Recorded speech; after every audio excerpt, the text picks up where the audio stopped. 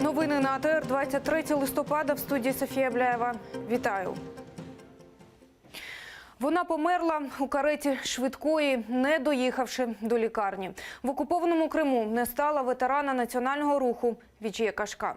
Сьогодні озброєні силовики намагалися затримати 82-річну кримсько-татарську активістку.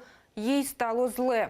За попередніми даними, в жінки стався гострий інфаркт. Про це і про інші незаконні, але вже традиційні обшуки, затримання та утиски кримських татар в Криму. Далі в сюжеті. Чорний день для кримсько-татарського народу. Буквально годину тому стало відомо про смерть Віджія Кашка, ветерана національного руху кримських татар. ФСБшники хотіли її затримати в Сімферополі разом із активістами Бекіром Дегерменджі, Асаном Чапухом та Казимом Аметовим. Справа надумана, нібито за вимагання грошей в громадянина Туреччини. Чоловіків затримали, Віджіє стало зле, її повезли в лікарню. По дорозі Віджіє померла від гострого інфаркту. Сейчас Эден Селезняев находится в ресторане «Мароккан» вместе с Асаном Чапух и Бекир Дегерменджи. Казим Аметов сейчас находится в газделе оперативников.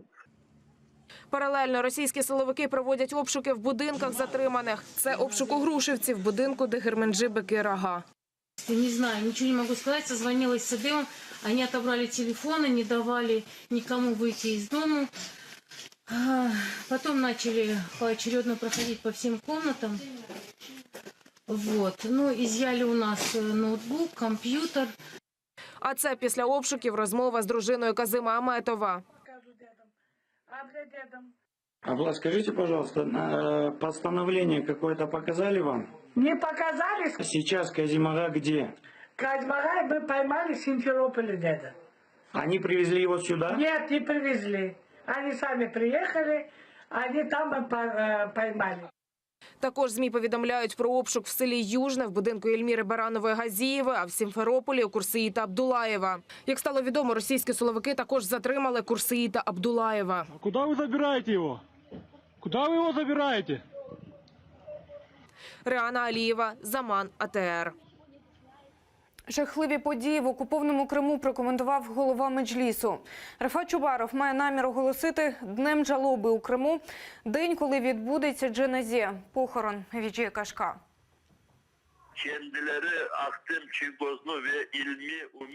Після того, як окупанти вимушені були визволити Ахтема Чийгоза і Ільмі Умерова, вони починають нову хвилю репресій проти кримських татар.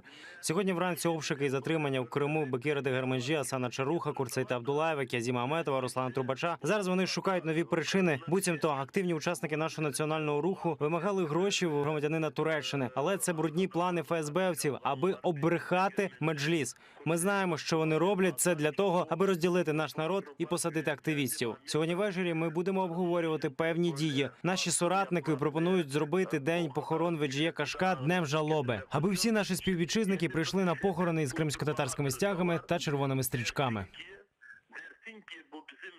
МЗС також не заборилися з реакцією. Речниця відомства вже поширила реакцію Міністерства закордонних справ України. Знову обшуки, затримання в окупованому Криму. Помста Російської Федерації за резолюцією 3-го комітету Генеральної асамблеї ООН по Криму. Вимагаємо припинити знищення корінного народу Криму. АТР з'ясовує подробиці. Будьте з нами, ми розкажемо більше.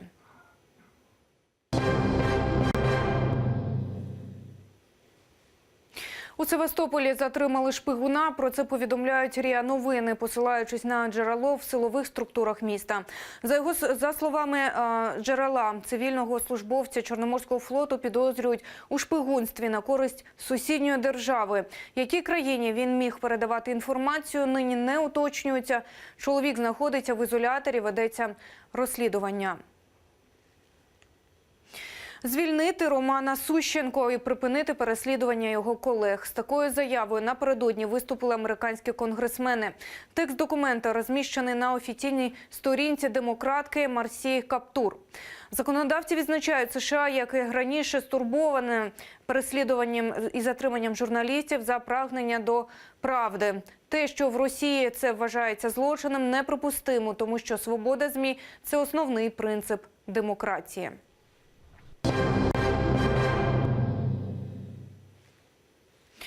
Гаряче сьогодні в окупованому Луганську навколо окупаційної адміністрації, де забарикадувався голова терористичної так званої ЛНР Ігор Плотницький, посилили охорону. Там багато військових без опізнавальних знаків. Неподалік чергують бронетранспортери. Більше у наступному сюжеті. В облозі залишаються урядові будинки, приміщення так званого МВС та місцевої телерадіокомпанії. По всьому Луганську посилені патрулі. Солдати перевіряють документи у перехожих.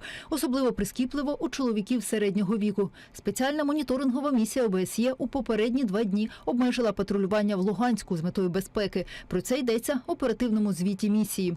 Протягом цих 2 днів в оточеному районі спостерігачі бачили близько 100 невстановлених озброєних осіб, більшість з яких були в масках або ховали обличчя із білими пов'язками на руках.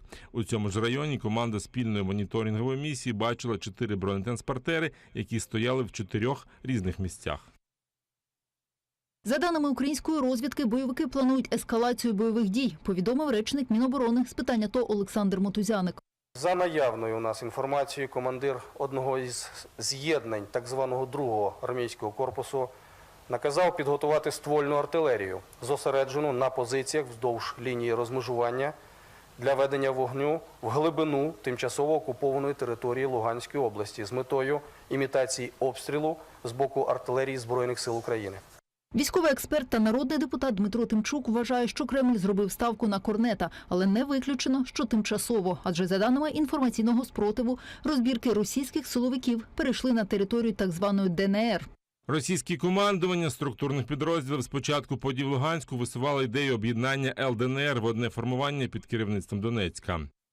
Радник міністра внутрішніх справ Антон Геращенко каже, 2 маріонетки Російської Федерації не поділили між собою грошові потоки від контрабанди. І тепер Росія визначить, хто надалі хазяйнуватиме на окупованій Луганщині.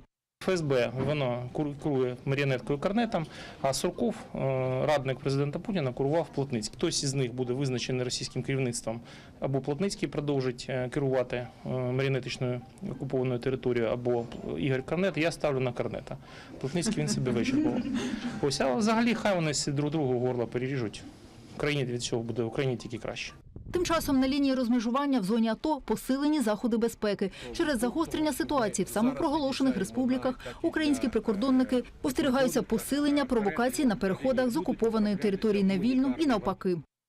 Здійснено маневр силами та засобами для того, щоб оперативно реагувати в разі загострення обстановки, уточнено взаємодію зі Збройними силами України та штабом АТО на випадок дій в нестандартних ситуаціях. Нагадаю, заколот у Луганську вибухнув 21 листопада. Після звільнення з поста так званий міністр внутрішніх справ Ігор Корнет при підтримці поліції та кількох підрозділів терористичного 2-го армійського корпусу виступив проти керівництва самопроголошеної ЛНР. Олена Стецюк, Заман, АТР. За даними російських ЗМІ, автомобільний кортеж, в якому перебувають ватажок так званої ЛНР Ігор Плотницький, керівник його адміністрації Ірина Тейцман, голова місцевого телебачення Анастасія Шуркаєва і низка інших осіб виїхав з території окупованого Луганська до Росії. Так звані урядові будівлі при цьому досі оточені озброєними людьми. На фоні загострення на Донбасі перший заступник голови спостережної місії ОБСЄ Олександр Хук планує зустрітися з ватажком незаконного збройного формування ДНР Олександром Захарченком. Він хоче обговорити безпеку спостерігачів місії та дотримання сторонами мінських домовленостей. Напередодні спеціальна моніторингова місія ОБСЄ в цілях безпеки обмежила патрулювання в Луганську, але фіксувала наявність збройних людей на вулицях окупованого міста.